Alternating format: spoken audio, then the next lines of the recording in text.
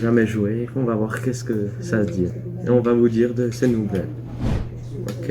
Je vais t'avaler ça. Oh, mais c'est quoi ces poudres?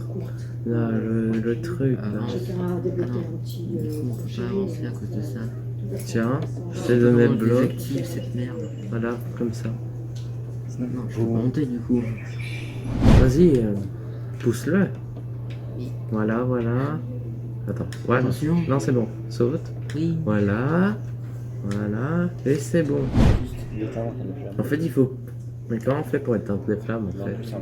Les premiers niveaux sont faciles, mais après ça devient plus difficile. C'est une sorte de jeu avec des niveaux et tout. C'est un try and die. Ouais.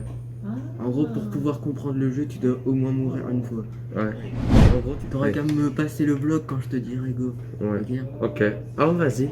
3, 2, 1, go. Vas-y, passe. Voilà, je te le passe. Il n'y a pas un truc que je suis censé faire avec la lumière, là? Ah, je sais. Pendant qu'il est en train de tomber, tu devrais sauter dessus. Vas-y, mais mange-le et avale-le. Bien, je le trouvais bien. Il faut juste tout comprendre, en fait. C'est juste ennuyant.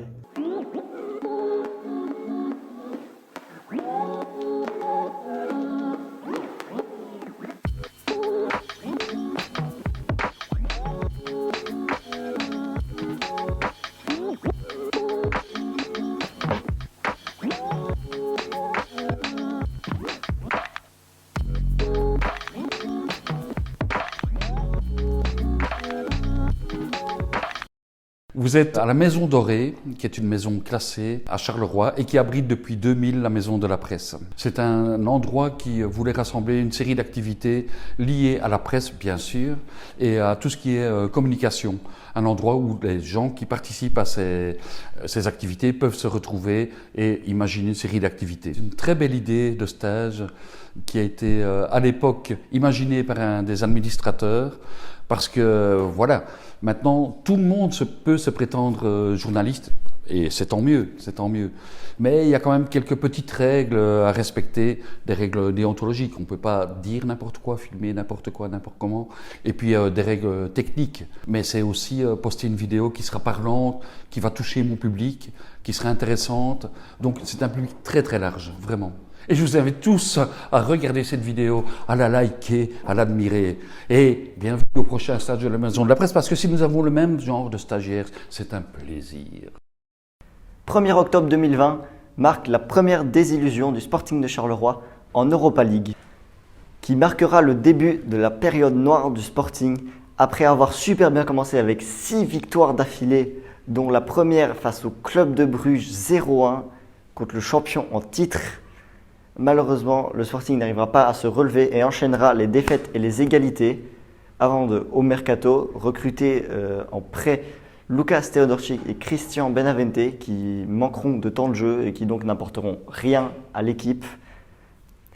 Le Sporting continuera d'enchaîner les défaites et les égalités avec une série de 6 défaites, mais ils iront chercher un nul face au Club de Bruges dans les dernières minutes avec un goal totalement inespéré.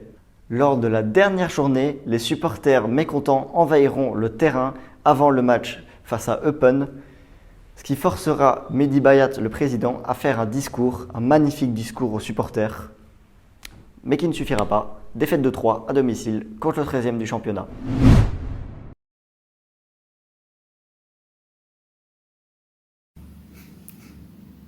Clap.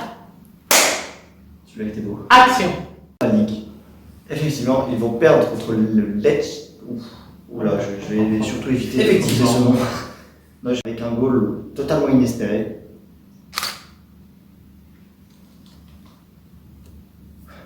Lors de la dernière journée, les supporters... C'est tout? Coupé.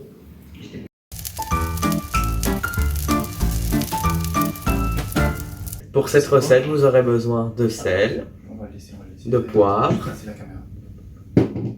de persil et basilic, de champignons et 5 œufs.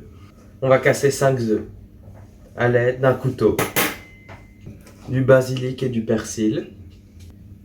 On va battre les œufs.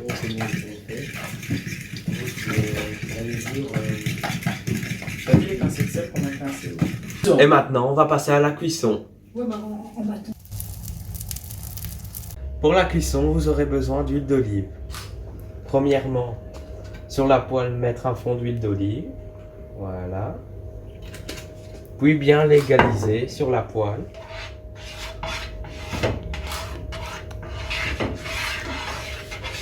Voilà.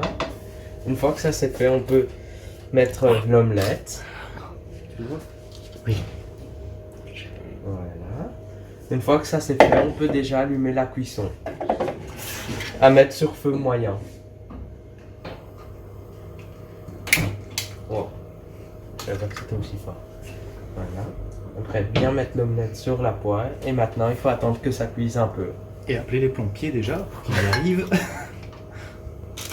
Une fois que ça c'est fait, il faut mettre des champignons sur une partie de l'omelette ou pas du tout. Enfin, en fonction de votre goût. De vos goûts. Surtout en fonction des invités difficiles. Ça oui.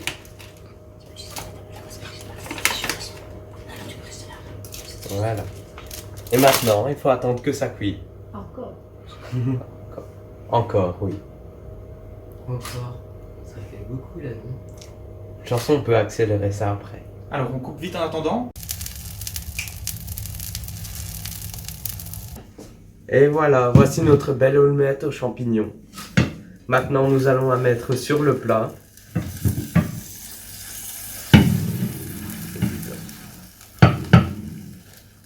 Voilà. Et maintenant, je vous souhaite un bon appétit.